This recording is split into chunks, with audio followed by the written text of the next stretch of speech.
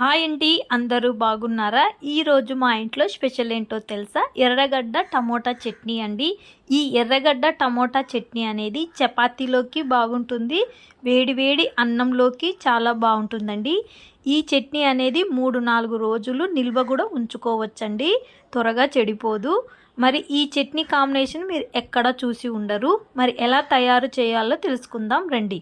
ముందుగా గిన్నె పెట్టి అందులోకి 2 స్పూన్స్ ఆయిల్ వేసి, పోపు దినుసులు వేసి, కాస్త కరివేపాకు వేసి, చిన్నగా కట్ చేసుకున్న ఆనియన్స్ వేయాలి. తర్వాత ఆయిల్లో బాగా కలుపుతూ చిటికెడు పసుపు, రుచికి తగినంత ఉప్పు వేసుకొని బాగా ఆయిల్లో ఫ్రై చేయాలి. ఆనియన్స్ అనేవి కాస్త మెత్తగా మగ్గించుకోవాలండి.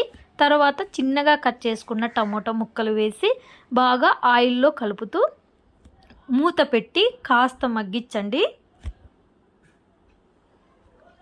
తర్వాత తీసి చూడండి, టమోటా ముక్క అనేది చాలా మెత్తగా ఉడికింది. ఇప్పుడు మనం రుచికి తగినంత కారం పొడి వేసుకొని బాగా కలుపుకొని కాస్త మూత పెట్టి ఆయిల్లో మగ్గించాలి.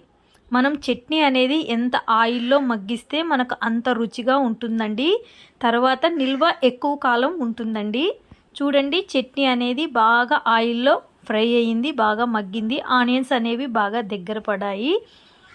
మనకి ఇప్పుడు కాస్త కొత్తిమీర చల్లుకోవడమే, అంతేనండి. ఎంతో రుచికరమైన ఎర్రగడ్డ టమోటా చట్నీ రెడీ. బాయ్ అండి.